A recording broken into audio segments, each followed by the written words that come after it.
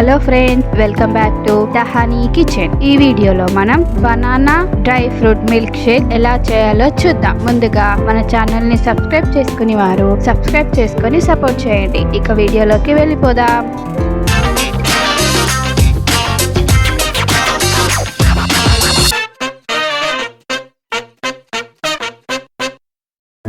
ముందుగా మిక్సీ జార్లో 4 బాగా పండిన అరటిపండు ముక్కలు, 8 ఖర్జూరం ముక్కలు, 12 కాజు ముక్కలు, 12 బాదాం ముక్కలు, 2 టేబుల్ స్పూన్ హనీ వేసి ఒకసారి స్మూత్ గా గ్రైండ్ చేసుకోవాలి. కావాలి అనుకుంటే హనీ ప్లేస్ లో షుగర్ ని కూడా యాడ్ చేసుకోవచ్చు.